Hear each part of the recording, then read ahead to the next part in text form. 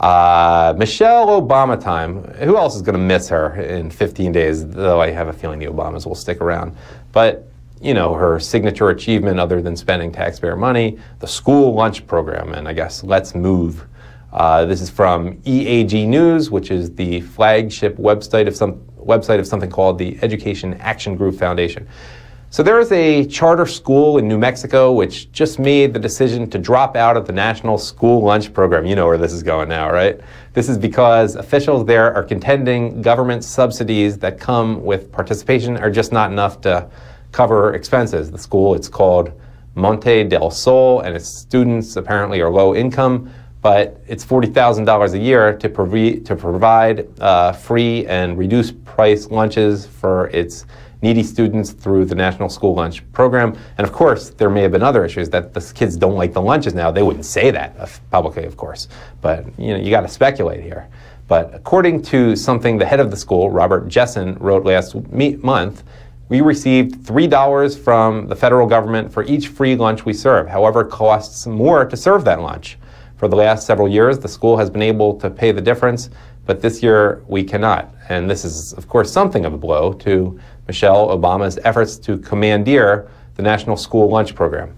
The USDA, back in 2012, you may remember, it imposed strict regulations on calories, sugar, fat, sodium, whole grains, fruits, and vegetables at her behest.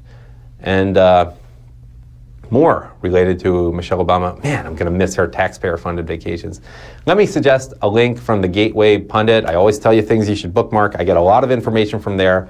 It's not necessarily the most comprehensive in its articles, but it's very systematic, and we appreciate that. You know, if something's important, it will go up there.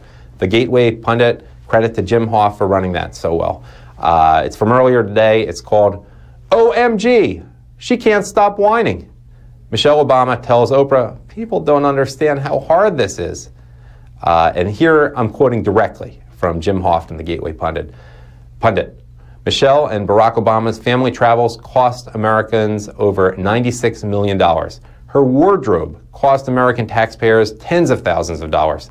The Obama White House is notorious for late-night parties with Hollywood stars and music legends.